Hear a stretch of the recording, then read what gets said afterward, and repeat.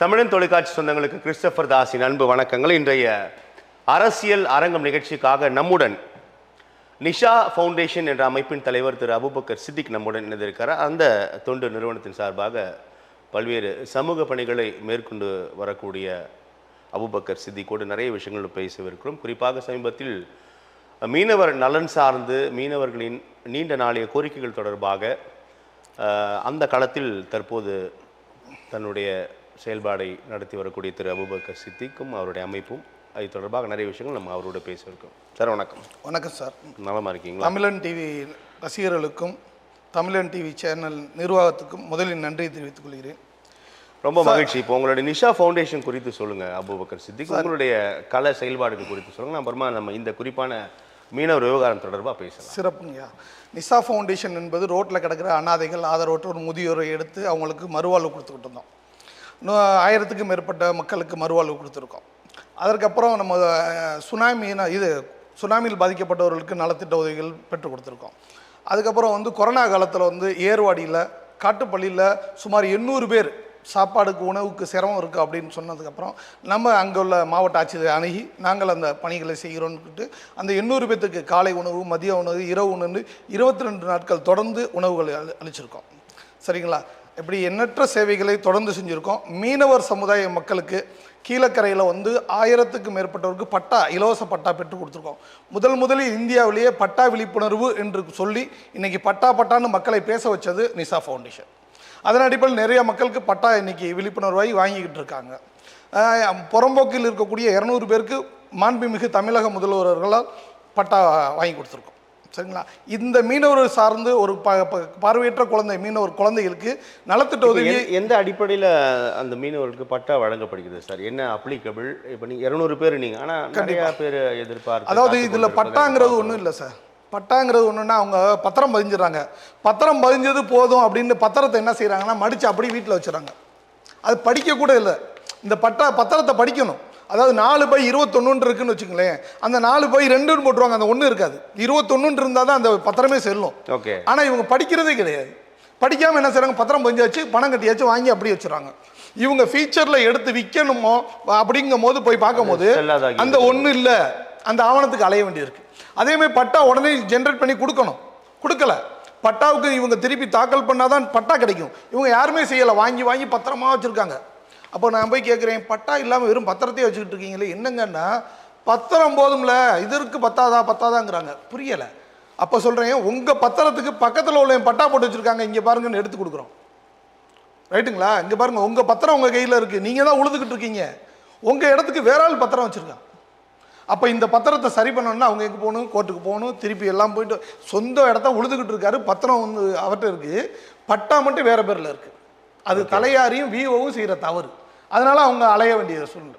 அப்படிப்பட்டவங்களெலாம் எடுத்து உட்பிரிவு இல்லாமல் ஒரு விஓ பிளாட்டு போகிறாரு. உட்பிரிவுகள் இல்லாமல்னா புரியல.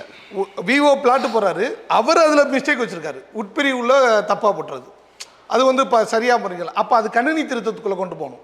அப்போ கணினி திருத்தம் இல்லாமல் வீடு பத்திரம் எல்லாரும் வச்சுருக்காங்க. அவங்களுக்கு பூரா பட்டாவே வரல. அதுக்கப்புறம் நம்ம 4 ஆண்டுகள் போராடி மாண்புமிகு தமிழக முதல்வர் கையாலேயே வாங்கி கொடுத்துருக்கோம். சரிங்களா? இப்படி எண்ணற்ற நிகழ்ச்சிகள் போராடிக்கிட்டு இருக்கிறத பார்த்த சென்னை மீனவ மக்கள் தொடர்ந்து 21 ஆண்டுகளாக போராடுறாங்க. அவங்க எதற்காக போடுறாங்கன்னா, சுனாமினால் பாதிக்கப்பட்டவங்க. இந்த சுனாமினால் பாதிக்கப்பட்ட மக்களுக்கு அரசு என்ன செய்யணும்? இன்னைக்கு மதுவால் பாதிக்கப்பட்ட மக்களுக்கு உடனே நலத்திட்ட உதவி கொடுக்குறாங்க. ஒரு கட்சி உருவாக்குறாங்க, அந்த கூட்ட நெரிசலில் இறந்தவங்களுக்கு உடனே நிதி கொடுத்துறாங்க. ஆனால் இங்கு பேரிடர், கொடூர சம்பவம், இந்த சுனாமினால் பாதிக்கப்பட்ட மக்களுக்கு அங்கே வாழ்வாதாரமே இல்லை. அப்போ மாண்புமிகு முன்னாள் முதல்வர் ஜெயலலிதா இருந்தாங்க. அப்போ இவங்களுடைய சூழ்நிலைகள் இல்லாதனால என்ன செய்கிறாங்கன்னா கார்கில் பகுதின்னு ஒரு பகுதியில் தஞ்சம் விடுறாங்க. எல்லாமே அழிஞ்சு போச்சு. வாழ்வதற்கு ஒன்றும் இல்லை, டாக்குமெண்ட்ஸ் கிடையாது, பிள்ளைக்கு படிப்புக்கு புத்தகம் இல்லை. இந்த எல்லாமே இழந்த நிலைமையில இருக்காங்க. அது விளையாட்டி ஆட்சி மாற்றம் வந்துடுது. மாண்புமிகு முதல்வர் கலைஞர் அவர்கள் என்ன செய்கிறாங்க, முன்னாள் முதல்வர் அவங்க பார்த்துட்டு என்ன செய்கிறாங்க, இவங்களுக்காக கார்கில்ங்கிற ஒரு பகுதியை ஒதுக்கியிருக்காங்க. கார்கில்ங்கிற ஒரு பகுதியை ஒதுக்குனதுக்கப்புறம் டென்ட் கொடுத்துருக்காங்க. 4000 டென்ட் கொட்டைகள் அந்த இடத்துல போட்டிருப்பாங்க. அந்த டென்ட் கொடுத்து இந்த இடத்துல இருங்க அப்படின்னு அதுக்கப்புறம் இன்னைக்கு வரைக்கும் ஒரு 5 ஆட்சி மாற்றம் நடந்திருக்கு. அந்த டெண்ட் இருந்தவங்களுக்கு அந்த டெண்டை அழிக்கிறதுக்கு ஒரு தீப்பட்டம் வச்சிருக்கு. தீயை வச்சு அதை அழிச்சிட்டாங்க. அழிச்சதுக்கப்புறம் இவங்க போராடுறாங்க. தொடர்ந்து இன்னைக்கு வரைக்கும் போராடிக்கிட்டு இருக்காங்க. அப்போ இந்த போராட்டத்தை பார்த்தீங்கன்னா அவங்க வீரியமாக போராடுறாங்க. எங்களுக்கு வாழ்வாதாரமே இல்லை. ஒரு நகர்ப்புற மேம்பாட்டு நலத்திட்ட உதவி குடிசை மாற்று வாரியம் இருக்குது. அவங்களுடைய கான்செப்டில் போனீங்கன்னா ஏழையின் சிரிப்பில் இறைவனை காணலாம்னு போட்டிருப்பாங்க. இவர்கள்லாம் ஏழைகள், மீனவர்கள். கடல் சார்ந்து பக்கத்தில் யார் இருப்பான்னா மீனவர்கள். இந்த சென்னை மாநகரம் உருவாகிறதுக்கு முன்னாடியே இந்த மீனவர்கள் இருப்பாங்க. கடல் ஓரத்தில் அதிகமாக இருந்தவங்க இவங்களும் பழங்குடியினர். அப்படிப்பட்ட மக்களுக்கு ஒரு சுனாமி பேரலை வந்து பாதிக்கப்பட்டுச்சுன்னா அவங்களுக்கு என்ன செய்யணும்? அரசு இந்த வாரியம் எதுக்கு வச்சுருக்கோம்?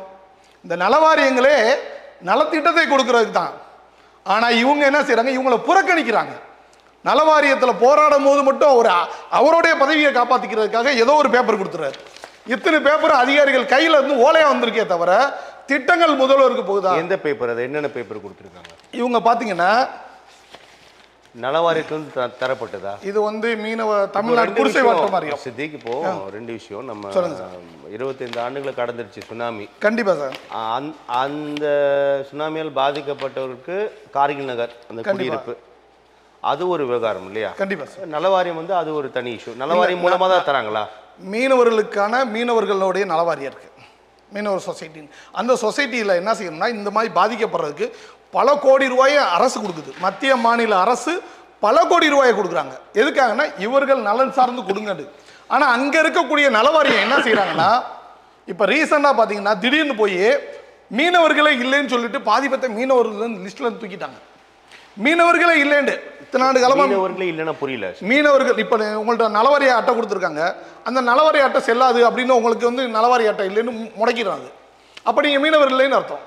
மீன் பிடிச்சிக்கிட்டு இருக்கீங்க, போட்டுக்கு போய்கிட்டு இருப்பீங்க, எல்லாம் செய்வீங்க. அப்படி ஒரு லிஸ்ட் எடுத்து பெரிய லிஸ்ட் வச்சுருந்தாங்க. அப்போ வந்து போராடுறதுக்கு யாருமே இல்லை. அவங்களுக்கு நம்மள்கிட்ட வந்த ஒரு 3 பேர் சொன்னாங்க இந்த மாதிரி மீனவர் அல்லாதவர்களும் மீன் பிடிக்கிறார்கள், போட்டில் செல்வாங்க. இல்லை சார், மீனவர்கள் தான் அவங்க. மீன் சார்ந்து மீனவர் அமைப்பே எப்படின்னு கேட்டிங்கன்னா நீங்கள் கடல் சார்ந்து இருந்தால் மீனவர்கள். கடல் பக்கத்தில் டீ கடை வச்சிருந்தாலுமே நீங்கள் மீனவர்கள் தான். ஏன்னா அவங்களுக்கு உதவி செய்கிறீங்க. அப்படிதான் அந்த பைலா இருக்கும் மீனவர்களுடைய சட்டத்தில். இதுல என்ன செய்யறாங்க? தொடர்ந்து மீனவர்களா இருக்கவங்களே நீக்கிட்டு இவங்களை எல்லாம் தோக்கணும். அப்ப நான் போய் அந்த அதிகாரிகிட்ட கேட்கிறேன், சார் இவங்க ஃபைலை எதற்காக நீக்கி இருக்கீங்க அதை சொல்லுங்கன்னு. அங்க உள்ள அதிகாரி என்ன செய்றாரு? எஸ்ஏ இது நாங்க கட்டை திறக்கவே கூடாது, இந்த கட்டை நாங்க திறக்கவே கூடாது, அப்படி பார்க்க முடியாது அப்படின்னு ஒரு சொன்னார். அதுக்கப்புறம் நாங்கள் ஒரு மனு ஏடிட்ட போய் கொடுக்குறோம். அங்கே உள்ள ஏடிட்டு அவர் என்ன செய்கிறாரு? படித்து பார்த்துட்டு இந்த கட்டை யார் திறக்க முடியாதுன்னாரோ அவர் கையிலேயே கொடுத்தாரு. அப்போ கேட்டேன், சார் இவர்கிட்ட எதுக்கு சார் கொடுக்குறீங்கன்னு கேட்டேன். இவர் தான் கட்டையை திறந்து பார்க்கவே மாட்டேன்ட்டாருன்னு. அதுக்கப்புறம் இல்லை பரிசீலனை பண்ணி அப்போ எல்லாத்தையுமே சேர்த்தா இப்போ எல்லாரையுமே சேர்த்துட்டாங்க. நீக்கின எல்லாரும் ஓரளவுக்கு சேர்த்துட்டாங்க. இப்போ இந்த நலவாரி ஏன் நீக்கினாங்க, ஏன் சேர்த்தாங்க அதுதான் புரியாது. டபுள் என்ட்ரிங்குவாங்க, அவங்களுக்கு கவர்மெண்ட் ஆஃபீஸில் வேலை பார்க்குறாருன்னு சொல்லுவாங்க. அதுக்கப்புறம் அவங்க ஏதோ மானியம் வாங்குறாங்கன்னு சொல்லி ஏதோ ஒரு குளறுபடி சொல்கிறாங்க. நாங்கள் போய் கேட்டதுக்கு ஒன்று கவர்மெண்ட் ஆஃபீஸில் இருக்காங்கன்னு சொன்னாங்க. நாங்கள் அந்த மனுவை எடுத்துகிட்டு போய் இவங்க வீட்டில் யாரும் கவர்மெண்ட் ஆஃபீஸில் இல்லை, இருந்தால் அவங்களுக்கு கவர்மெண்ட் வேலை போட்டு விடுங்க, நாங்கள் நீக்கிக்கிறோம். அந்த இது என்ட்ரி பண்ணிட்டாங்க. ரைட்டுங்களா? அப்போ டபுள் என்ட்ரிங்குவாங்க. இந்த மாதிரி ஒவ்வொன்றா சொல்லி நீக்கியிருக்காங்க. அப்படி நீக்கப்பட்டவங்களையும் நம்ம மீண்டும் சேர்த்துட்டோம். ரைட்டுங்களா? இந்த நலவாரியம் இருக்குது பார்த்தீங்களா, இந்த நலவாரியத்தில் மீனவர்களுக்கான நலத்திட்டத்துக்கு எதுவுமே கிடையாது. கீழக்கரையில் மீனவர்களுக்கான நலவாரியம் தானே அது? மீனவர்களுக்கான நலவாரியம் தான். வேடிக்கை பார்க்குற நலவாரியம். எப்படி வேடிக்கை பார்ப்பாங்கன்னா இல்லை சித்திக்கு இப்படி இப்போத்தான் பொதுவாக சொல்கிறேன் சரியா? ஏன்னா மீனவர்கள் அந்த நலவாரியம் என்பது மீனவர்களுக்கானது தானே, அது தனி வாரியம் சார். ஒன்றுமே பண்ணல அப்படின்னா எனக்கு புரியல. இல்லை சார், தனி வாரியம் பண்ணுறாங்க சார். அதாவது கொஞ்சோன்னு செஞ்சுட்டு நாங்கள் பெருசாக செஞ்சோன்னு சொல்லுவாங்க. இன்னைக்கு தமிழக முதல்வர் எவ்வளவோ திட்டங்கள். அந்த நலவாரியத்திற்குட்பட்டு என்னெல்லாம் செய்யலான்னு முதல்ல சொல்லுங்க. என்னெல்லாம் செய்யலன்னு அந்த ஒரு சின்ன ஒரு பானை சொத்துக்கு ஒரு சோறு பதம் சார். கீழக்கரையில் ஒரு போட்டு மூழ்கிட்டு இருக்கு. எவ்வளவு தூரத்துலன்னு பார்த்தீங்கன்னா வெறும் 500 கிலோமீட்டர், 500 மீட்டர். 500 மீட்டரில் அப்படி கண்ணுக்கு தெரியுது. அந்த போட்டோடைய மதிப்பே ஒரு 25 லட்ச ரூபாய்க்கிட்ட இருக்கும். ரைட்டுங்களா? ஒரு செகண்ட்ஸில் வாங்கினா கூட ஒரு 7-8 லட்ச ரூபாய்க்கு வாங்கியிருப்பார். அப்படி வாங்கி ஒரு போட்டை ரெடி பண்ணி வச்சிருப்பார். அவர் இதை மீட்கிறதுக்கு அவங்களுக்கு தெரியலை. இந்த நலவாரியம்ங்கிறது என்ன இருக்கணும்னா அந்த போட்டை மீட்கிறதுக்கான எக்யூப்மெண்ட் வச்சிருக்கணும். பேரிடருக்கு பல கோடி ரூபா செலவு பண்ணுறோம். அப்போ பேரிடர் வரும்போது எந்த விதமான உபகரணமே அரசு கையில் இல்லை. ரைட்டுங்களா? அப்படிங்கும்போது அந்த போட்டு அங்கனுக்குள்ளே இருக்கிறது வரல முடியலை, காப்பாற்ற முடியல. நான் சொல்கிறேன் அந்த போட்டுக்காரங்கள்ட்ட, ஏன் அதுக்கு வந்து ஃபயர் சர்வீஸில் கூப்பிட்டா ஏதாவது எக்யூப்மெண்ட் வச்சுருப்பாங்கன்னு ஃபயர் சர்வீஸை கூப்பிட்டா பயப்படுறாங்க, மீனவர்கள் பயப்படுறாங்க. ஃபயர் சர்வீஸ் வந்து 1500 கேட்பாங்க, அதனால நாங்கள் கூப்பிட முடியாது. அப்போ நான் சொன்னேன், நான் கூப்பிட்றேன்னு நான் கூப்பிட்டேன். ஃபயர் சர்வீஸ் வந்துச்சு, எந்த காசுமே வாங்கலை. பயம், அரசு திட்டம் எல்லாமே இலவசம் தான். வந்து இழுக்கிறதுக்கான எக்யூப்மெண்ட்ஸ் எங்கள்கிட்ட இல்லைன்னு ஓப்பனாக சொல்லிட்டு போகிறாங்க. இதற்கான பேரிடருக்கான ஃபயர் சர்வீஸ் அவங்கள்ட்டையும் இல்லை. அப்போ இதுக்கான ஒரு எல்லா அதிகாரி, தாசில்தார்லேருந்து மீன்வளத்துறையிலேருந்து எல்லாரும் வந்து ஜீப்பில் வந்து வேடிக்கை பார்க்குறாங்க. அப்புறமா எழுதுறாங்க, அந்த போட்டுக்கு நலத்திட்ட உதவி 50,000 ரூபா கொடுக்குறதுக்கு எழுதுறாங்க. அதுக்கப்புறம் நாங்கள் மாவட்ட ஆட்சியாளத்தில் குறைதீர்க்கும் கூட்டம், மீனவர் குறைதீர்க்கும் கூட்டம் போய் அந்த படகு மீட்கப்பட்டதா இல்லையா? அவ்வளோதான், அது முடிஞ்சு பிச்சு எடுக்க வேண்டியதுதான். அதுக்கப்புறம் அந்த நிதிக்காக போராடினதுக்கப்புறம் 2 லட்ச ரூபா பெற்று கொடுத்துருக்கோம். கீழக்கரையில் ஆண்டோ டெய்சனோட போட்டுக்கு போராடி 2 லட்சம் பெற்று கொடுத்துருக்கோம். இந்த மீன்வளத்துறை எப்படி செயல்படும்னு கேட்குறீங்கன்னா, ஒரு அவங்களுடைய துறை சரியான ஆட்கள் இல்லை, துறை சார்ந்த அதிகாரிகள் சரியா இல்லை. ஒரு நலத்திட்டம்னா அந்த மீனவன் வந்து பாதிக்கிறான்னா அவனுக்கு போய் உதவணும். உதாரணத்துக்கு எடுத்துங்களேன், இப்போ கடலில் ஒரு குளத்துல ஒருத்தன் விழுந்துட்டானா நம்ம ஓடி போய் காப்பாற்றுவோமா இல்லையா? ஒரு குளம் சுற்றி வேடிக்கை பார்ப்பீங்களா? அப்போ குளத்துல விழுந்தவனே காப்பாற்றணும்னு மனிதநேயம் இருக்குல்ல. அப்போ கடலில் தத்தளிக்கிறான்ல ஒரு மீனவன், ஒரு கடலில் தத்தளிக்கிறான். கடலில் தத்தளிக்கக்கூடிய மீனவனுக்கு இந்த கரையும் அந்த கரையும் சொந்த கரையே. ஒரு தத்தளிக்கக்கூடிய மீனவன் அவனுக்கு வழி தெரியாமல் தத்தளித்தானா, டீசல் இல்லாமல் தத்தளிக்கும், பொருள் இல்லாமல் தத்தளிக்கிறானோ, இல்லை தன்னுடைய வாழ்வாதாரத்துக்கு மீன் பிடிக்க போனாலோ, மீனவனுக்கு இந்த கரையும் அந்த கரையும் சொந்த கரை. அப்படி இருக்கும்போது இந்த நாட்டுக்கும் அவன் மீனவன் தான், அவன் வேற ஆள் இல்லை. அந்த நாட்டுக்கும் அவன் மீனவன் தான். பிடிபடும் போது மீனவன் தான் சொல்ற, கடத்தல்காரன் சொல்லலையே, அவன் வாழ்வாதாரத்துக்கு தானே வந்திருக்கான். அப்போ நீங்கள் என்ன செய்யலாம், இலங்கை மீனவர் பிடிக்கிறீங்கல்ல, அப்போ இலங்கை அங்கே உங்கள் இடத்துல பிடிக்கிறதுக்கு ஏதாவது ஒரு திட்டம் போட்டுக்குங்க. இங்கே வந்து மீன் பிடிச்சா இந்த ரூபாயை கட்டுங்க, இலங்கை அரசு ஒரு 50,000 கட்டுங்க, ஒரு போட்டு வந்துச்சுன்னா எனக்கு 25,000 உங்களுக்கு மானியம் கிடைக்கும், அந்நிய செலவாணி கிடைக்கும்ல. அப்போ நீங்கள் என்ன செய்யலாம், அங்கேயும் மீன் பிடிச்சிக்குவாங்க, இங்கிட்டு வந்தால் இவங்களும் பிடிச்சிக்குவாங்க. நீ அதை விட்டுட்டு வரவனை பூரா மீனவனை ஃபுல்லாக சுட்டு பிடிக்கிறீங்க. ஒரு மனிதனே இல்லையா, அவன் தத்தளிக்கிறானோ, டீசல் அங்கிட்டு இல்லை இங்கிட்டு கிடைக்குமான்னு கூட போயிருக்கலாம். ஒரு வாழ்வாதாரத்துக்கு மீன் பிடிக்க வந்திருக்கலாம். அப்ப அவர்களை வந்து நீ கைது பண்ணி என்ன செய்யணும், தமிழக அரசு மேற்பட்ட மீனவர்களை நம்ம இழந்திருக்கிறோமே, நிறைய இழந்துகிட்டே இருக்கும். ஆனா மத்திய அரசு அங்கிட்டு 2 பேர் சேர்ந்தா போர் நடத்துறாங்க, இங்க மீனவன் இவ்வளவு பேர் செத்தாலும் போர் நடத்த வாய்ப்பு இல்லை. ரைட்டுங்களா? இப்ப மீனவனுடைய வாழ்வாதாரமே கேள்விக்குறியா இருக்கு. அப்படிப்பட்ட நேரத்தில் தான் இவங்க 21 ஆண்டுகளாக தன்னுடைய வாழ்வாதாரத்தை இழந்த இடத்துல கேட்குறாங்க. சரி, கடல் சார்ந்து பக்கத்தில் 1 கிலோமீட்டருக்குள்ள நீங்கள் வீடு கட்டுறீங்க, தமிழக அரசு கட்டுறீங்க.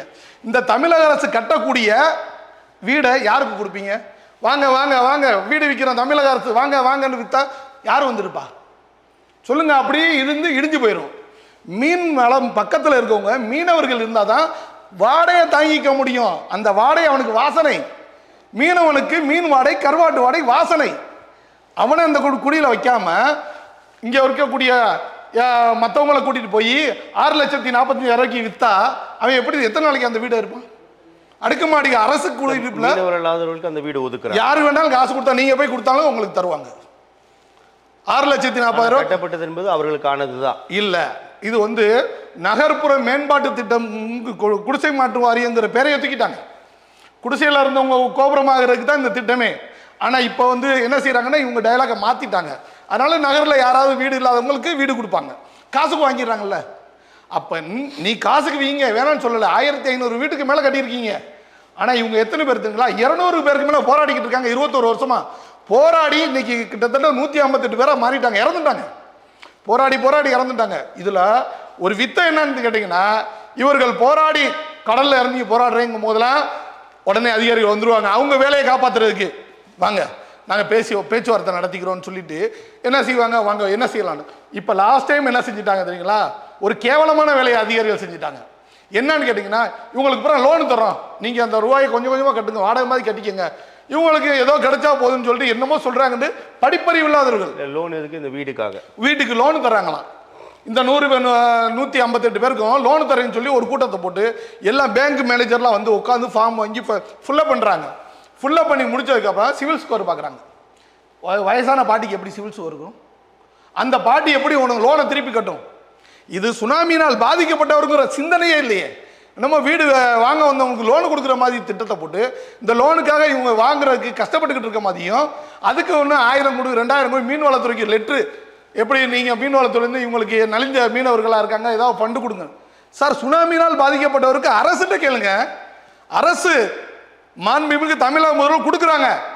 எத்தனையோ திட்டம் அரசு தான் ஒதுக்குச்சு இல்ல, அரசு தான் அந்த இடத்துக்கு கொடுக்கணும். ஒதுக்கீடு செய்யறது அவங்க தான். பிறகுதானே இந்த பிரச்சனை. ஆமா, அதை கொடுக்கணும். அவங்க கார்கில்ல இருந்திருக்காங்க, போராடி இருக்காங்க. அதுக்கப்புறம் மாண்புமிகு முன்னாள் முதல்வர் டாக்டர் கலைஞர் அவர் வந்து செட்டு போட்டு கொடுத்துருக்காங்க. அந்த செட்டு தான் தீ பிடிச்சிருக்கு. தீ பிடிச்ச இடத்த காலி பண்ணியிருக்காங்கன்னா இவங்க இடத்துல வீடு கட்டியிருக்காங்க.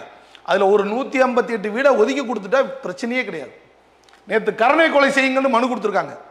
எங்களை எல்லாம் கொன்றுங்க, நாங்கெல்லாம் செத்து போயிடுறோம். 158 பேர் கருணை மனு கொடுத்துருக்காங்க. நாங்கள் செத்துடுறோம், இருந்தால் தானே உங்களை வீடு கேட்குறோம். நாங்கள் செத்துடுறோம், எங்கள் சமாதிக்கு மேலே விற்று நல்லா என்ஜாய் பண்ணுங்கன்னு சொல்லி மனு கொடுத்துருக்காங்க. ரைட்டுங்களா? தொடர்ந்து இது ஏன் தமிழக முதல்வருக்கு பார்வைக்கு போகலை அப்படிங்கிறதுக்கு ஒரு உதாரணம் சொல்கிறேன். நான் வந்து திமுக தொண்டனாக இருந்தேன். திமுக தொண்டனாக இருந்து திமுகவுடைய செயல்பட மக்களுக்கு எடுத்து சொல்லி பல்வேறு திட்டங்களை வாங்கி கொடுத்துருக்கேன். அதன் அடிப்படையில் அந்த மக்கள் உறுப்பினராக சேர்றாங்க. இங்கே பாருங்க, இவ்வளோ பேரும் திமுகவுடைய உறுப்பினர்கள் என் மூலியமா சேர்ந்தவங்க. அங்கே இருக்கக்கூடிய ராமநாதபுரம் மாவட்டத்தில் இருக்கக்கூடிய எம்எல்ஏ உங்களை சந்திக்க மாட்டார், இந்த உறுப்பினர்களை சந்திக்க மாட்டார். ரைட்டுங்களா? அங்கே இருக்க நகரில் இருக்கவர் சந்திக்க மாட்டார். ஏன்னு கேட்டால் அவங்களுக்குலாம் ஈஸியாக ஓட்டு வந்துடுது. இவர்கள் தேவையில்லை, உறுப்பினர்லாம் தேவையில்லை, நாங்கள் காசு கொடுத்தா ஓட்டு போட போகிறாங்க அப்படின்னு மமதையில் என்ன செய்கிறாங்க, யாரையுமே மதிக்கிறது இல்லை. அப்படின்னு சொல்லிட்டு நம்ம என்ன செய்கிறோம், அந்த கட்சியை விட்டு விலகிறோம். விலகிட்டு நம்ம எலெக்ஷனில் இப்போ டிக்ளேர் பண்ணால் அப்போ வந்து ஓலை வருது. திமுக கட்சியிலேருந்து விலகுறேன்னு சொன்ன உடனே நான் விலகி எம்பிக்கு நிற்கிறேன் அப்படின்னு சொன்ன உடனே மாவட்ட செயலாளர் ஓலை வருது, உனக்கு வந்து மாவட்ட பொறுப்பு தர்றோம், உங்களுக்கு இது தரோன்னு துண்டை போடுறாங்க, சால்வையை போடுறாங்க, கலைஞர் எழுதுகிற புத்தகத்தை வந்து தர்றாங்க. ரைட்டுங்களா? இவ்வளவும் நான் தொண்டனாக செயல்படும் போது ஏன் பார்வையிடலை? நான் 200 பேரை ஒரு அரங்கத்தில் கூப்பிட்டு வச்சு வாங்க எம்எல்ஏன்னு கூப்பிடும் போது வரல. நான் எதிர்த்து நின்று எலெக்ஷனில் நிற்கிறேன், ராமநாதபுரம் மாவட்டத்தில் கப்பல் சின்னத்தில் நிற்கிறேன்னு சொன்ன மட்டும் கூகுண்டு வர்றீங்க. ஏன் ஒரு தொண்டனுக்கு மரியாதை இல்லையா? ஒரு தொண்டனை ஆதரிக்க செயல்படக்கூடிய தொண்டன் இவ்வளோ திட்டங்களை நிறைவேற்றிருக்கேன். எவ்வளவோ திட்டங்கள், கண் இல்லாத பிள்ளைக்கு கண்ணுக்கு அதுக்கு நிதி வாங்கி கொடுத்துருக்கேன். ஒரு வீட்டில் ஒரு திட்டம் தான் நாங்கள் பார்வையற்ற குழந்தைகளுக்கு, அந்த வீட்டில் 4 குழந்தைகள் கண் இல்லாமல் பார்வையற்று இருக்காங்க, 4 பேருக்கு நலத்திட்ட உதவி வாங்கி கொடுத்துருக்கேன். ரைட்டுங்களா? எத்தனையோ நலத்திட்ட உதவிகள். அப்படி இருக்கும்போது நலத்திட்டங்கள் தெருவாக செஞ்சு வேலை செஞ்சுக்கிட்டு இருக்கக்கூடிய தொண்டனை மதிக்கலை எங்களுடைய மாவட்ட செயலாளர். அதனால நம்ம என்ன கட்சியை விட்டு விலகத்தான் வேணும். ஏன்னா தலைமைக்கு தெரியுதா இல்லைன்னு. இப்போ நான் சொல்ற கோரிக்கை என்னன்னா, இந்த காரியில் பிரச்சனை மாண்புமிகு முதல்வருக்கு தெரியுமா? இந்த அதிகாரிகள் கொண்டு சேர்த்திருப்பாங்கிறீங்களா? சேர்த்திருக்கவே மாட்டாங்க. இந்த அதிகாரிகள் செய்யற தவறுனால இத்தனை குடும்பம் 21 ஆண்டு காலமா தெருவில் நிற்குது. இந்த மீனவர்களுக்கு, இந்த மீனவர்களுடைய வாழ்வாதாரத்துக்கு மாண்புமிகு தமிழக நீங்க சொல்லக்கூடிய இந்த அமைப்பினர் நிறைய பலகட்ட போராட்டம் நடத்துறாங்க சார். 20 ஆண்டுகளை கடந்து தொடர்ந்து போராடி இருக்காங்க. இப்ப உயிரை விடுறதுக்கு தெரியல, அரசாங்க தெரியலன்றது ஏற்புடைய வாதமா இல்ல, அரசாங்கத்துக்கு தெரியாம இருக்குமா? ஏன்னா இவங்க 21 ஆண்டுகளை கடந்து 4-5வது ஆட்சி இருக்குது. இப்போ கண்டிப்பா சார் 5 அரசாங்கம் மாறி, 4 அரசாங்கம் மாறி 5வது அரசாங்கம் மாறி இருக்கும்போது கண்டிப்பா முதலமைச்சருக்கு தெரியல, அதிகாரிகளுக்கு தெரியலன்றதான் ஏற்புடைய ஒரு விஷயங்களை வந்து டிவிலே அப்படி தெரியாம இருந்தா அது எப்படி அவர் முதலமைச்சராகவே இருக்க முடியாது. நீங்க சொல்ற வாதம் நல்ல விதம். இப்போ ஒவ்வொரு விஷயங்கள் வந்து போராட்ட கிழமையே நம்ம டிவிலே சிலது புறக்கணிக்கப்பட்டுரும். ஒரு சில விஷயத்த போடுவோம், சில விஷயத்த மறைச்சிருவோம். ஆனால் இந்த 21 ஆண்டு போராட்டத்தை தெரியாத முதல்வர் இருந்தார்னா அவர் கை சேதம் தான். அவர் இப்படி ஒரு பிரச்சனைக்கு அந்த காலனிக்கு போயிருக்கணும். இன்னைக்கு எத்தனையோ திட்டங்களை போய் திறந்து வைக்கிறேன், இட்லி தோசை ஊத்துறேன், சாப்பிட்றேன்லாம் சொல்றவர் இந்த 21 குடும்பத்துக்கு எங்க இருக்காங்கன்னு தேடி வந்திருந்தாருன்னா அந்த குடும்பம் 150 பேருக்கு அவங்க முன்னாடி நின்று ஒரு கையெழுத்து போதுமே, ஒரு கையெழுத்துல இவங்களுக்கு வீடை கொடுங்கப்பானா முடிஞ்சு போச்சு. எத்தனையோ கோடியை எந்தெந்த திட்டத்துக்கும் அனுப்புறீங்க. இந்த மீனவர்களுக்கான திட்டம், மீனவர்களுக்கு வாழ்வாதார பிரச்சனை, இன்னைக்கு எஸ்ஐஆர் எடுத்து போராடுறீங்க. தமிழக முதல்வர் எஸ்ஐஆர் எடுத்து போராட காரணம் என்ன? வாக்குரிமை போயிடும், வாழ்வாதாரம் போயிடும் அப்படிங்கிற ஒரு அச்சம் இருக்கு. 21 வருடமா வாழ்வுரிமை கேட்டு போராடுறாங்க தமிழகத்துல. வாழ்வுரிமை கேட்டு போராடக்கூடிய இவர்களுக்கு கருணை காட்டாத மாண்புமிகு தமிழக முதல்வர் எஸ்ஐஆருக்கு பயந்து வாழ்வுரிமை போயிடும் போராட்டம். தன்னுடைய எல்லைக்கு பக்கத்தில் இருக்கக்கூடிய மீனவனுக்கு உதவி செய்ய முடியல மாண்புமிகு முதல்வரால். அவர்கள் நினைச்சா ஒரு சொடக்கு போற இடத்துல போறோம். துணை முதல்வரை போய் பார்வையிட சொல்லுங்க, இவ்வளவு வித்தியாசம் இருக்கு, ஆய்வு பண்ண சொல்லுங்க. சரிங்களா? இப்படிப்பட்ட நிறைய திட்டங்களை வந்து மறைக்கிறாங்க சார். துறை சார்ந்த அமைச்சர் இருக்காருல்ல, துறை சார்ந்த அமைச்சர் தான் அம்புடுக்கும் பிரச்சனைக்கு காரணமா இருப்பார். காரணம் என்னன்னு கேட்டீங்கன்னா எல்லா இடத்துலையும் லஞ்சம் வந்துடுது. உங்களால எனக்கு என்ன பிரயோஜனம் இருக்கு? உங்களால என்ன வருவாய் ஈட்ட முடியும்? நான் வித்தனா எனக்கு கமிஷன் கிடைக்கும். நான் ஒருத்தனை அனுப்பிச்சு வச்சேன்னா அவன் வீடு வாங்கினானா எனக்கு கமிஷன் பிசினஸ்ல வாழ்றாங்க. கண்ணியமா அவங்க ஏழைகளுடைய கண்ணீரை துடைக்கிறதுக்கு அந்த அதிகாரிகள் இல்லை. உதாரணத்துக்கு எடுத்துக்கிங்கன்னா விருதுகள் கொடுக்குறேன்னு சொல்லுவாங்க, சரிங்களா? பெரியார் விருதுக்கு அப்ளை பண்ணுங்கன்றாங்க. பரிந்துரைக்காக கடிதம் அனுப்புகிறோம். எல்லாமே இங்கே இருக்கு. போட்டியாவது கலந்துக்க சொல்லணும்ல, இந்த இருக்கு, எல்லாமே இருக்கு. குழந்தைகளுக்கு படிப்புக்கு உதவி இருப்பேன், 2 மதுக்கடையை அடைச்சிருப்பேன். இந்த பையன்லாம் நல்ல பையன், படிக்கவே முடியாது, எங்கேயுமே எக்ஸாமே எழுத முடியாதுன்னாங்க. அந்த பையனை படிக்க வச்சு 1200க்கு 1022 மார்க் வாங்க வச்சிருக்கேன், ரைட்டுங்களா? இந்த மாதிரி எய்ட்ஸ் நோயால் பாதிக்கப்பட்ட மக்களுக்கு உதவி இருக்கேன். இப்படி பார்த்தீங்கன்னா இதெல்லாம் பட்டா வாங்கி கொடுத்துருக்கேன், சரிங்களா? இதுதான் கொரோனாவில் உணவு கொடுத்தது. இந்த மாதிரி 40 குழந்தைகள் படிக்க வச்சு, 40 குழந்தைகள் கரண்டே இல்லாத பகுதியில் இருக்க பிள்ளை படிக்க வச்சு இப்போ பெரிய ஆளாய் படிச்சுக்கிட்டு இருக்காங்க. இப்படி திட்டங்களுக்கு தான் சமூக நீதி விருது கொடுக்குறீங்கிறாங்க. சமூக நீதிக்கு இந்த வட்டம் பரிந்துரைக்காக எழுதி வச்சிருக்கேன். போன மாவட்ட ஆட்சித்தலைவர்கிட்ட கொடுத்துட்டேன். என்னுடைய பரிந்துரை கடிதம் போச்சா? நீங்க கேட்டீங்க முதல்வருக்கு தெரியாம இருக்குமான்னு. இந்த பரிந்துரை கடிதம் இது வரைக்கும் போகல. பரிந்துரை கடிதம் போய் போட்டியில் கலந்துக்கிட்டு நான் தோத்தேன்னா கூட சந்தோஷம். அங்கே போனேன், இத்தனை பேர் வந்தாங்க, இந்த திட்டத்துக்கு விருது வாங்குறதுக்கு 5 பேர் வந்தாங்க. 5 பேர்த்துல நானும் கலந்துக்கிட்டேன். என்ன காட்டிலும் சிறந்த சேவை செஞ்சவங்களுக்கு தான் கொடுத்துருக்காங்கன்னா நான் பாராட்டுறேன். ஆனால் அங்கே எந்த திட்டமுமே நடக்காது. கனிமொழிக்கு பெரியார் விருது, ரைட்டுங்களா? அங்கிட்டு பார்த்தீங்கன்னா ஒரு கட்சிக்கு விருது கொடுக்கறதுக்கு நீங்கள் எதுக்கு இங்கே விருதுன்னு அறிவிக்கிறீங்க? சமூக சேவருக்கு அங்கீகாரமே இல்லையா? அது மாதிரி சார், திட்டங்கள் முதல்வர் பார்வைக்கு கொண்டு போனால் எடுத்து சொல்லக்கூடிய அதிகாரிகள் படித்ததோடு நிப்பாட்டிடுறாங்க. அதனால இந்த கார்கில் பிரச்சனையை மாண்புமிகு முதல்வர் உணரணும். உணர்ந்து இந்த கடல்வாழ் சார்ந்த மக்களுக்கு 158 200 பேர் இருந்ததில் இறந்துட்டாங்க. இப்போ 158 பேர் இருக்காங்க. இதில் குடும்பம்னு கோயிலுக்கு போனால் 2004 இல்லைங்க, 2004 எவ்வளோ ரூபா வாங்கியிருக்காங்க தெரியுமா கவர்மெண்ட்டு இவங்கள்ட்ட? நீ கொடுக்கவே முடியாதுங்க திட்டத்துக்கு. சார் இப்போ வந்து ஏழ்மையானவங்க, வறுமை கோட்டுக்கு கீழே உள்ளவங்க இன்னைக்கு நமக்கு தெரியும் எவ்வளோ சிரமத்தில் இருப்பாங்கன்னு. ஒரு அரசு அதிகாரியாக இருக்கக்கூடியவங்க வாரியத்தின் மூலியமாக, ரைட்டுங்களா, 50,000 ரூபாயை இந்த தமிழ்நாடு அர்பன் டெவலப்மெண்ட்லேருந்து வாங்கியிருக்காங்க. 50,000 ரூபா வாங்கியிருக்காங்க. இப்படி 100 பேர்கிட்ட வாங்கியிருக்காங்க. எப்போ வாங்கியிருக்காங்க? 2024 வாங்கியிருக்காங்க. ஆனால் இவங்களுக்கு தரலையா இன்னும்? இந்த பணம் எங்கே இருக்கு? இந்த பணத்துக்கான இன்ட்ரெஸ்ட் என்னாச்சு? இந்த பணத்தை அரசு எப்படி பயன்படுத்திக்கிட்டு இருக்கு? இந்த வீடுக்காக முன்பணம், இந்த பணம் வாங்கியிருக்காங்க. இந்த பணம் வாங்கினீங்கல்ல, அவங்களுக்கு என்ன கொடுத்துருக்கீங்க? வீடு கொடுத்தீங்களா? வீடு இந்நேரம் இந்த பணத்தை வாங்கிட்டு வீடு கொடுத்துருந்தாலும் வாடகை கட்டி இந்நேரம் முடிச்சிருப்பாங்க. மாசம் வாடகை வாங்கியிருந்தா கூட என்ன செஞ்சிருப்பாங்க? அவங்க கொடுத்துருப்பாங்க. இப்படி ஒவ்வொரு போராட்டத்திற்கு பிறகு ஒவ்வொரு ஓலையை மட்டும் கொடுத்து ஏமாற்றி அவர்களை அப்படி ஸ்தம்பிச்சுக்கிட்டே இருக்காங்க. அவர்களுடைய போராட்டம் தொடர்ந்துகிட்டே இருக்கு. தமிழக அரசு இந்த அடிப்படையில் இதை கொடுத்தாங்க. இவங்க வந்து ஒரு கான்செப்ட் சொல்லி இதற்கு 50,000 முன்பணம் கட்டுங்க, மிச்சத்தெல்லாம் கொஞ்சம் கொஞ்சமாக கட்டிக்கங்க. ஏழ்மை இதில் பாதி பேர் கட்ட முடியாதவங்கள இருக்காங்க, வயசானவங்க கட்ட முடியாது. இந்த இதை கட்ட முடியலைங்கிறதுனால தான் லோனுக்குள்ளே திணிச்சு விட்டாங்க. நீங்கள் லோன் போய் கொடுத்துருங்க. அப்போ இந்த 50,000 வாங்கியிருக்காங்கல்ல, இந்த 50,000க்கு இன்றைக்கி என்னாச்சு? 100 பேருக்கு 50,000 போடுங்க. இத்தனை லட்சம் ரூபாயை அவங்க என்ன பண்ணிக்கிட்டு இருக்காங்க? இந்த பணத்துக்கு இன்ட்ரெஸ்ட் எங்க போகுது? என்ன பண்ணிட்டு இருக்காங்க? அதுதான் தெரிய மாட்டேங்குது. அவங்க அந்த நலத்திட்ட உதவியில் அவங்க பதில் 50,000 ரூபாய் வாங்குறாங்க, வாங்கிட்டாங்க, அவ்வளவுதான், வாங்கி கொடுத்துட்டாங்க. இவங்க எந்த அடிப்படையில் கொடுப்பாங்க சித்திக்? இது அந்த கவர்மெண்ட் 50,000 ரூபாய் கொடுத்துருக்க மாட்டாங்கல்ல? இல்ல, அவங்க கோரிக்கை வச்சு தான் கொடுத்துருக்காங்க. நீங்க வந்து பணத்தை கட்டுங்க அப்படின்னு எம்டி இயக்குனர் அவங்க எல்லாத்துக்கும் லெட்டர் கொடுத்துருக்காங்க. அதன் அடிப்படையில் நீங்க ஆளுக்கு 50,000 கட்டிருங்கம்மா, முன்பணமா கட்டுங்கன்னு கட்டியிருக்காங்க. எல்லாருமே கட்டியிருக்காங்க. கட்டினவங்களுக்கு ஒரு ஆளுக்கு கூட இன்ன வரைக்கும் வீடு இல்லை, சரிங்களா? அப்போ எதற்காக இந்த திட்டத்தை நீங்கள் 50,000 வாங்கினீங்க?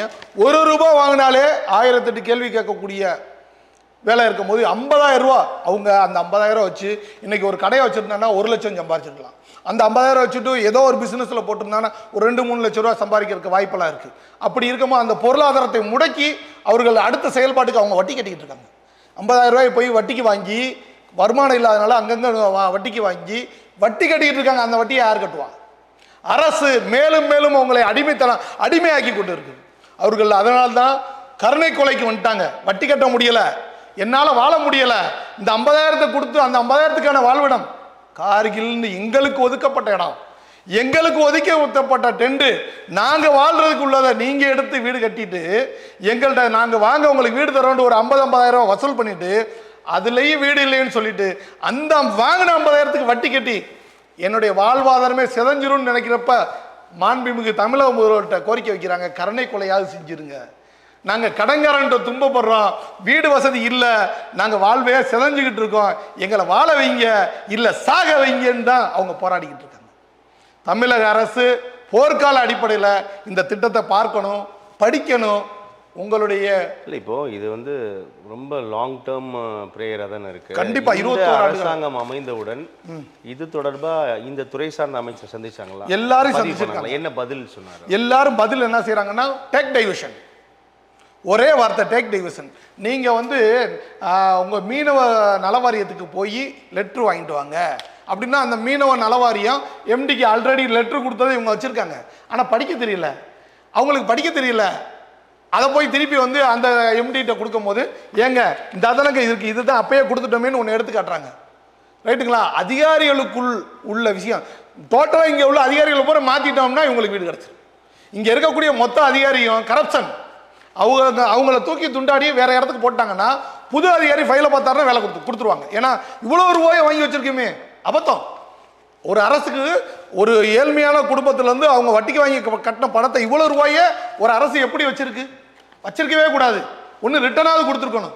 அவ்வளோ ரூபாய்க்கு இன்ட்ரெஸ்ட் என்னாச்சு? அப்போ அந்த மாதிரி ஒரு புது அதிகாரி வந்தாருன்னா அவங்களுக்கு வீடு கொடுத்துருவாங்க.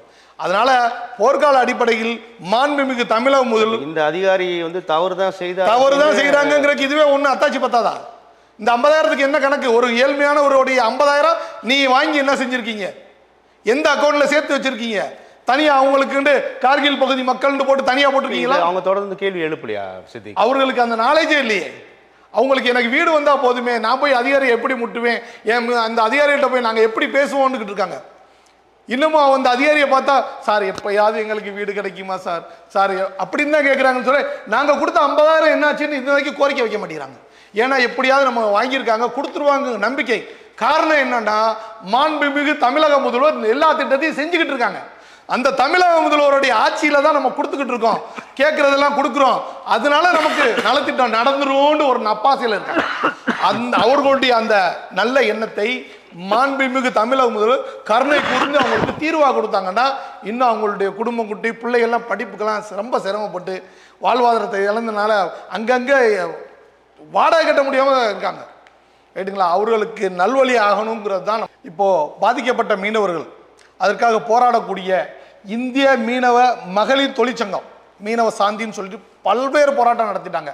அப்படி போராட்டம் நடத்தும் போது இப்படி ஒரு ஆர்டர் வாங்கி வச்சிருக்காங்க. பத்திரத்தில் அபிடவிட்டி கேட்குறாங்க. அபிடவிட்டி எதுக்கு கேட்குறாங்கன்னு பார்த்தீங்கன்னா அது மாதிரி நாங்கள் வந்து மாதம் மாதம் காசு கொடுத்துருவோம், நீங்கள் கட்டிடுவீங்கன்னு ஒரு அபிடவிட்டி வாங்கி இந்த அரசு அதிகாரிகள் வந்து பிரமாண பத்திரம் யார் கொடுக்குறா? இவங்கள்ட்ட வந்து ஒவ்வொரு ஆள்கிட்டையும் எழுதி வாங்குறாங்க. இதில் என்ன குறிப்பு? இதில் வந்து 6,45,000 அந்த வீடு இருக்கு, அதுக்கு வந்து நீங்கள் தவணை முறையில் இவங்க சுனாமினால் பாதிக்கப்பட்டவங்கிற மென்ஷனே கொடுக்கக்கூடாது. இவங்க வந்து விலைக்கு வாங்குறவங்க லிஸ்ட்லேயே தான் வச்சுருக்காங்க. அப்படி ஒரு ஆவணத்தை எழுதி நீங்கள் அபிடவிட்டியாக கொடுங்கன்னு வாங்கியிருக்காங்க. இது வாடகை வீடு ஒப்பந்ததாரர் இந்த ஒன்றுமே இல்லாதவங்க திடீர்னு போய் இப்போ வீடு வேணும்னு கேட்டால் நான் இப்போ சென்னைக்கு வந்திருக்கேன் எனக்கு வீடு வேணும்னா போய் பணத்தை கட்டினா வீடு வாங்கிட்டு போயிடுவேன். அதில் இவங்க கேட்கல. சுனாமி பேரலையால் பாதிக்கப்பட்ட மக்கள் அந்த பேரலைக்கு இவங்க இந்த 50,000 ரூபாய் கட்டினது மூலமா அதை ஏற்றுக்கொண்டதாகி விடும்ல. இப்போ ஆமா இதுக்குள்ள இவங்க வந்துட்டாங்க, இவங்க வந்திருக்காங்க. ஆனா அது வந்திருக்க கூடாது, நீங்க சொல்ல வரக்கூடாது. இது தேவையே இல்லாது, உங்கள்ட்ட பணமே வாங்கக்கூடாது. தமிழக முதல்வரே முழு பொறுப்பை ஏற்று தமிழக முதல்வர் இந்த மீனவ மக்களுக்கான வாழ்வாதாரத்தை முன்னின்று அவங்களுக்கு வீடு வழங்கணும். அதுக்கு தான் ஏழையின் சிரிப்பில் இறைவனை காணலாம்னு சொல்லிட்டு மாண்புமிகு முன்னாள் முதல்வர் கலைஞர் சொல்லியிருக்கார். அந்த திட்டத்தை கையில் எடுத்து மாண்புமிகு முதல்வர் துணை முதல்வர் போர்க்கால அடிப்படையில் இந்த மீனவர்களுக்கு 158 வீடுகளை ஒதுக்கி தர வேண்டும். இவர்கள் இந்திய மீனவ மகளிர் தொழிற்சங்கம் பெண்கள் போராடிக்கிட்டே இருக்காங்க. கருணை கொலை வரைக்கும் வந்துட்டாங்க. கருணை கொலை கேட்டு வந்திருக்காங்க. எங்களை வந்து கொன்றுங்க, நாங்கள் வாழ்வதற்கே எங்களுக்கு வாய்ப்பு இல்லை. தமிழக அரசு எத்தனையோ திட்டங்களை எங்கெங்கேயோ கொடுக்குது. நாங்கள் 21 வருஷமா போராடுறோம், ஆனால் எங்கள் பக்கத்து கருணையே இல்லையா? அதனால உங்களுடைய கருணை எங்களுக்கு கிடைக்கல, எங்களை கருணை கொலைகள் செஞ்சிருங்கன்னு ஒரு மனு கொடுத்துருக்காங்க. இறுதியாக கொடுத்துருக்காங்க. அதை உடனே அரசு அதிகாரிகள் பார்வையிட்டு பொறுங்கன்னு ஒரு வாக்குறுதி கொடுத்துருக்காங்க. மாண்புமிகு தமிழக முதல்வர் அவர்கள் இந்த கோரிக்கையை ஏற்று இந்த இந்திய மீனவ மகளிர் தொழிற்சங்கம் பெண்கள் அணிக்கு அந்த 158 வீடுகளையும் வழங்க வேண்டும் என்று கோரிக்கை வைக்கிறோம். இப்போ இறுதியா களத்துல இருக்கிறது வந்து 158 பேர் தான். 158 பேர், 200 பேர்கிட்ட இவங்க போராட்டத்தில் இருந்தவங்க எல்லாருமே வயது வந்து இறந்துருக்காங்க. அதன் பேலன்ஸ் வந்து 158 பேர் இருக்காங்க. இதுல கொடுமை என்னன்னு கேட்டீங்கன்னா, பேங்க் மூலியமா கட்டணும்னா சிவில் யாரும் கட்ட முடியாது. அவங்க ஏழ்மையானவங்களை, அவங்க மாச வருமானம் இல்லை, அன்றாடம் காட்சி மீன் வாங்கி விற்கிறாங்க. அந்த மீன் பாடு இன்னைக்கு இல்லைங்கிறாங்க, புயல் வந்துடுது, அதில் இப்போ உள்ளே போகாதீங்கிறாங்க. அதனால சாப்பாட்டுக்கே அறவயிரும் காவயிரும் சாப்பிட்டு வாழ்ந்துக்கிட்டு இருக்காங்க. மீனவருடைய கொடுமை எவ்வளவோ இருக்கு. அவற்றையெல்லாம் சொல்வதற்கு முன்னால் பாதிக்கப்பட்ட இவர்களுக்காவது இந்த 21 வீடுகளை வழங்க தமிழக அரசு முன்வர வேண்டுங்கிறது தான் நம்ம நிஷா ஃபவுண்டேஷன் சார்பாக கோரிக்கை வைக்கிறோம். இப்போ இந்த சுனாமி குடியிருப்பு சுனாமியால் பாதிக்கப்பட்டவர்களுக்கு வழங்குவதற்காக தான் உருவாக்கப்பட்டது. அதற்கு இவ்வளோ குளறுபடிகள் பேசுறீங்க. இதை தவிர வேற என்னென்ன அறிவிப்புகள் இன்னும் செயல்வடியும் பெறாமல் இருக்கு சித்திக்? இது மட்டும் தானே, இல்லை வேற நிறைய அறிவிப்புகளும் இன்னும் அறிவிப்புகளாக தொடருதா? சார், அறிவிப்புகள் இருக்கு சார். அரசு அந்த வாரியம் இருக்கு, ஒவ்வொரு இடத்துலையும் வாரியம் இருக்கு. அந்த வாரியம் முழுமையா அந்த அதிகாரிகள் ஏழைகளுக்கு வழங்கணும்னு நினைச்சாலே அரசு திட்டம் போய் சேர்ந்துடும். இவங்க வந்து ஒரு நலவாரி அட்டை பதியணும்னா ஒரு கமிஷன், அங்கே ஏஜென்ட் ஒரு ஆள் இருப்பார், அவர்கிட்ட கமிஷன் கொடுக்கணும். சரிங்களா? அதுக்கு தான் அந்தந்த கிளை அங்கங்கே ஒரு சங்கத்துக்கு தலைவர் வச்சுருப்பாங்க. அந்த சங்கத்துக்கு தலைவர் ஒரு பேப்பரை வாங்குறதுக்கெல்லாம் 40 ரூபா கொடு, 50 ரூபா கொடு, 100 ரூபா கொடுன்னு வாங்குறாங்க. இதெல்லாம் இல்லாமல் அரசு அதிகாரிகளே நேர்பார்வையில் தான் கொடுக்கணும். அப்படி இல்லாதனால தான் இன்னைக்கு இவ்வளோ குளறுபடிக்கு காரணம் என்னன்னா, இவர் கலெக்ஷன் பண்ண முடியாதவங்கள நீக்கிடுறாரு. அந்த பேப்பரை உள்ள ஏற்றுறது இல்லை. இப்போ ஒரு பகுதிக்கு வந்து ஒரு 4 வலை வந்துருக்குன்னு வச்சுங்களேன், 4 வலையை அவர் யாருக்கு கொடுப்பாரு? காசு கட்டாமல் ஒருத்தர் ஏழ்மையாக இருப்பார், காசு கட்டவே முடியல, எனக்கு இன்னைக்கு பாடுக்கு போக முடியல, பணம் இல்லைங்கிறனால தான் அந்த அரசு கட்ட சொன்ன நிதியை கட்ட முடியல. அவருக்கு தான் போய் முதல் நலத்திட்ட உதவி போகணும். ஆனால் இங்கே அப்படி கிடையாது. யார் அந்த தலைவருக்கு காசு கொடுத்து உடனே போட்டாங்களோ அந்த 4 பேர்த்தில் ஒரு ஆளுக்கு தான் கொடுக்குறாங்க. அப்படி இருக்கனால தான் நலிந்தவன் மேலும் நலிஞ்சு போகிறான். இந்த மீனவர்கள் நலிஞ்சு போகிறதுக்கு காரணம் என்னன்னு கேட்டிங்கன்னா, அவருக்கு எந்த திட்டமுமே போய் சேராது. இந்த திட்டங்களை அரசு நேர்முகமாக அந்த அதிகாரிகள், இவ்வளோ அதிகாரிகள் இருக்காங்க, அந்த இடத்துக்கு போய் பார்த்து கொடுக்குறதுக்கு தான் வாகனமும் கொடுத்துருக்காங்க, ஒரு ஜீப்பெல்லாம் கொடுத்துருப்பாங்க. அங்கே போய் நின்றுக்கிட்டு பார்க்கண்டு அவங்க என்ன செய்வாங்க, ஏஜென்ட் மாதிரி ஒரு ஆளை வச்சுக்கிட்டு அவர் நேராக வந்துரு கையெழுத்து போட்டுருன்னு இந்த திட்டத்தை ஒழித்தால்தான் மீனவருடைய வாழ்வாதாரம் செழிக்கும். எல்லா திட்டமும் போடுறாங்க. நீங்கள் டிவியில் போய் பார்த்தீங்கன்னா, நல்ல தமிழக முதல்வர் மீனவருக்கு நலவாரியத்துக்கு செஞ்சதை பார்த்தீங்கன்னா மிரண்டு போகிற அளவுக்கு இருக்கும். அவ்வளோ கோடியை செலவழிச்சிருப்பாங்க. ஆனால் அந்தந்த மீனவர்கிட்ட போய் கேட்டிங்கன்னா அப்போ தான் விஷயமே தெரியும். இது எங்களுக்கெல்லாம் வரலையே, கிடைக்கலையே, இப்படி ஒரு மானியம் இருந்துச்சா தெரியலேங்குவாங்க. எல்லா நலவாரியத்திலும் இப்படி தான். விவசாய நலவாரியம் முடியும்னு வச்சுங்களேன், பச்சை துண்டு போட்டு உட்காந்துருப்பாங்க. அவங்க 4 பேருக்கு தான் அந்த விஷயங்களுக்கு தெரியும், அவங்க கொடுக்குற கோரிக்கை. மிச்சம் விவசாயிகளுக்கு என்னன்னே தெரியாது. அது மாதிரி இந்த நலவாரியத்தில் இருக்கக்கூடிய அதிகாரிகள் முறையாக செயல்பட்டாலே மக்களுக்கு. இப்போ நம்ம இவ்வளோ விஷயம் பேசும்போது கூட மீண்டும் சித்திக்காக இருக்கட்டும் அல்லது எல்லா அமைப்புகளுமே அதிகாரிகள் அளவில் தான் நம்ம குற்றம் சாட்டிகிட்டே இருக்கோம். அதிகாரிகள் அப்படின்னு. அஃப்கோர்ஸ் அரசு இயந்திரத்தோட முக்கியமான நபர்கள் அவங்க தான். இதை கண்காணிப்பதற்கு தான் ஐஏஎஸ் உயர் அதிகாரி இருக்கிறார், அவரை கண்காணிப்பதற்கு அமைச்சர் இருக்கிறார். இதெல்லாம் மேலே தான் முதலமைச்சர். இது எப்படி நம்ம புரிஞ்சுக்கலாம் சார்? இப்போ வந்து அதிகாரிகள் வந்து ரிப்ளை கொடுத்துறாங்க. இப்போ நீங்கள் என்கிட்ட பதில் கேட்டிங்கன்னா நான் உங்களுக்கு ரிப்ளை கொடுத்தேன்னா ஓகேன்றீங்க. நான் கொடுக்குற ஸ்டேட்மெண்ட் தான் உங்களுக்கு. நீங்கள் ஆய்வு களத்துக்கு வந்தால் தான் உங்களுக்கு உண்மை நல்லா தெரியும். நீங்கள் வர்றதில்லையே. ஏன் வர்றதில்லை? ஏன் வர்றதில்லை? உங்கள் வேலை என்னையை பார்க்குறது தான் வேலைன்னு நினச்சிக்கிட்டீங்க. இப்போ வந்து மேல் அதிகாரியோடைய வேலை, நான் நியமித்த அதிகாரி என்ன கொடுக்குறாரோ அதை வாங்கி கொடுக்குறோம், அவர் என்ன கொடுத்தோ அதை நான் கொடுத்துறேன்னு தான் போய்கிட்டு இருக்கு. அப்படி போகாமல் முதல்வருடைய கட்டளை வாங்கக்கூடிய ஐஏஎஸ் அதிகாரியாக இருக்கட்டும், அதுக்கான அதிகாரிகளாக இருக்கட்டும், அமைச்சர்களாக இருக்கட்டும், களத்தில் போய் இந்த அதிகாரியை செக் பண்ணிங்கன்னா தான் நிலவரம் சரியாகும். ஆனால் யாருமே அந்த நிலவரம் தேவையில்லை. எனக்கு எலெக்ஷன் போடும்போது அந்த இடத்துல மேடைக்கு காசு கொடுக்குறாரா, அவர் நல்லவர், விட்டுரு பார்த்துக்குவோம், ஏன் ஆள் எனக்கு சரி போச்சு, மேடைக்கு காசு வந்துடுது, மேடை போடுறதுக்கு பணம் வந்துடுது, வேற என்ன தேவை அப்படின்னு போனீங்கன்னா அங்கே இருக்க ஏழைகள் வாழ முடியாது. ஏழைகள் வாழணும்னா திட்டங்கள் மக்களை சென்றடையணும். அதுக்காக தான் சமூக சேவர்கள் நாங்கள் இருக்கோம். நாங்களாவது எடுத்துக்கொண்டு போய் நிறைய திட்டங்கள் வாங்கி கொடுக்குறோம் ஏழைகளுக்கு, லஞ்சம் இல்லாமல் அவர்களுக்கு அவங்களுக்கு கூட்டிகிட்டு போய் வாங்கி கொடுத்துருக்கோம். இப்போ இன்னைக்கு பார்த்தீங்கன்னா மாண்புமிகு தமிழக முதல்வர் மனுவில் கிட்டத்தட்ட 100 மனுக்கு சக்ஸஸ் பண்ணியிருக்கேன். அதே மாதிரி முன்னாள் முதல்வர் ஜெயலலிதா அம்மா திட்டம்னு ஒன்று இருந்துச்சு, அந்த திட்டத்தில் நான் 200 மனுக்கு 200க்கு வாங்கியிருக்கேன். நிறைய ஏழைகளுக்கான திட்டம், கண்ணீர் துடைக்கக்கூடிய திட்டம். அதன் அடிப்படையில் தான் இவங்க கண்ணீரை துடைக்கணும்னு வந்திருக்கேன். இந்த மனுவை மாண்புமிகு தமிழக முதல்வர் தமிழன் டிவி வாயிலாக, இந்த தமிழன் டிவி வாயிலாக தெரிந்து கொண்டு அந்த ஏழை மீனவர்களுக்கான கண்ணீரை துடைத்தால் தமிழன் டிவியோடு நாங்களும் வாழ்த்துவோம் தமிழக முதல்வரை. ஒரு கையெழுத்தில் இதை சரி செய்து விட முடியும் தானே? கண்டிப்பா சார். ஆனா 25 ஆண்டுகள் தொடர் போராட்டம், நான் முதமே குறிப்பிட்டது மாதிரியே 4-5 அரசுகள் மாறிடுச்சு இல்லையா? அப்போ இவங்களோட பிரதிநிதிகளோட இதை நம்ம கொண்டு சேர்ப்பதில் இருக்கக்கூடிய சிக்கல் புரிஞ்சுக்கலாமா, இல்லை சேர்த்து அதிகாரிகளால் இது கிடப்பில் இருக்குது அதுக்கு மேலே மூவாவே இல்லை அப்படின்னு நம்ம புரிஞ்சுக்கலாமா? ஆனால் அப்படியும் புரிஞ்சுக்க முடியல. நீங்கள் அமைச்சரை நம்ம சந்திச்சதாகவும் சொல்கிறீங்க. கண்டிப்பாக இதுக்கு ஒரு சின்ன உதாரணம் சொல்கிறேன் சார். கண்ணு தெரியாத பிள்ளைக்கு நலத்திட்ட உதவி கிடையாது, சின்னவருக்கு இல்லைன்ட்டாங்க.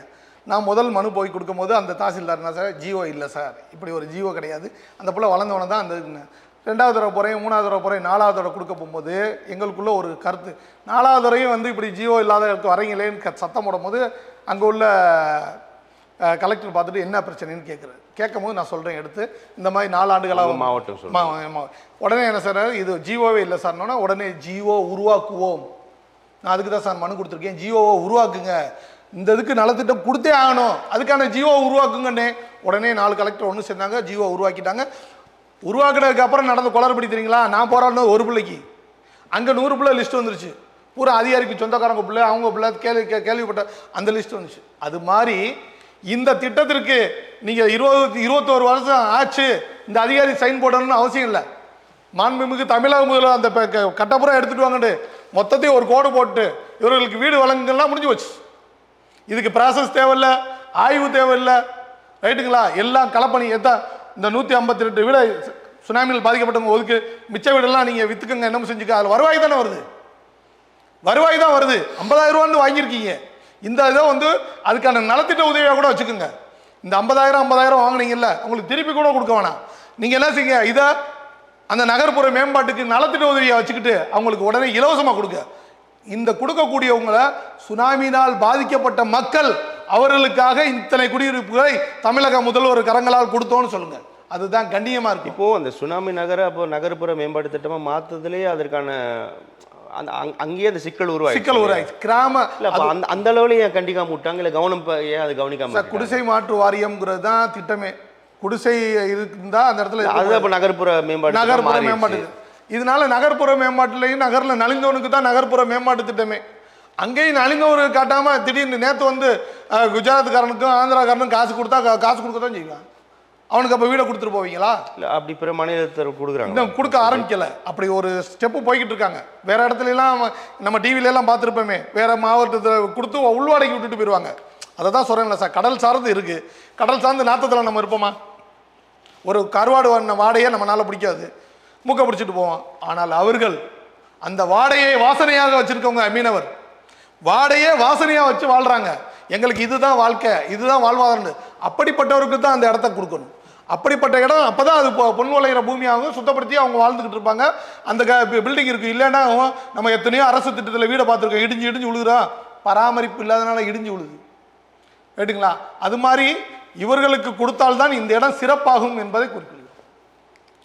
கார்கில் பகுதி, கார்கிலுக்காக ஒதுக்கப்பட்ட சுனாமினால் பாதிக்கப்பட்ட மக்களுக்கு அது அந்த 4000 டென்ட் போட்டாங்க. இப்போ 4000 டென்ட்டுக்கான வீடு கேட்கல அரசு. 4000 பேத்துக்கு 200 பேர் போராடுகிறார்கள்.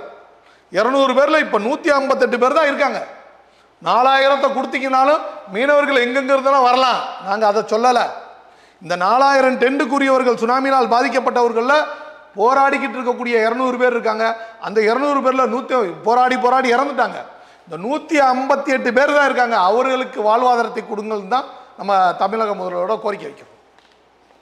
இப்போ இந்த கோரிக்கைகள் 26 சட்டமன்ற தேர்தல் நெருக்கத்தில் இந்த அரசாங்கம் குறைந்தபட்சம் இப்போவாது செய்து தரும் நம்புறீங்களா சார்? தமிழக முதல்வர் நினைச்சாருன்னா இவங்க தரப்புல எங்களை கருணை கொலையே செய்யுங்க அப்படின்னாங்க. கண்டிப்பாக ஒரு மனிதர் சரணாகதியை அடைவதற்கு வார்த்தைகளே இல்லை, எப்படி புரிஞ்சுக்கலாம் சார்? இவர்களை பொறுத்த வரைக்கும் இந்த அடுத்த எலெக்ஷன் வரைக்கும் உயிரோட இருப்பாங்களான்னு தெரியாது.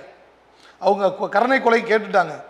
அடுத்து அவங்க வந்து தன்னையே மாய்த்துக்கிறதுக்கு தான் நாங்கள்லாம் ஆதரவு கொடுக்குறதுனால தான் அவங்களுடைய மூவ்மெண்ட் இருக்குது. ஏன்னா 50,000 வாங்கி வச்சுக்கிட்டீங்க, வட்டிக்காரன் வந்து வாசலில் நிற்கிறான், நீங்கள் வாங்கி வச்சுக்கிட்டீங்க கவர்மெண்ட்டு, அதனால் அவங்க வாழ்வாதாரமே கேள்விக்குறியாயிருச்சு.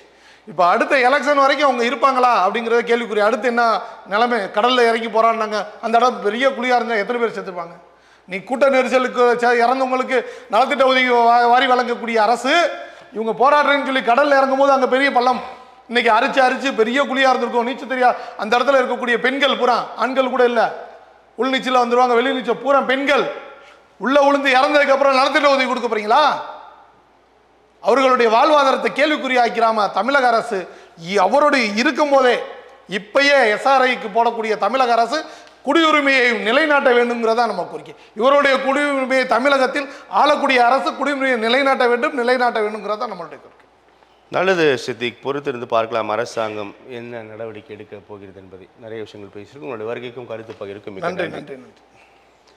நேர்களை மற்றும் ஒரு அரசியல் அரங்கம் நிகழ்ச்சியில் சந்திக்கலாம். நன்றி, வணக்கம்.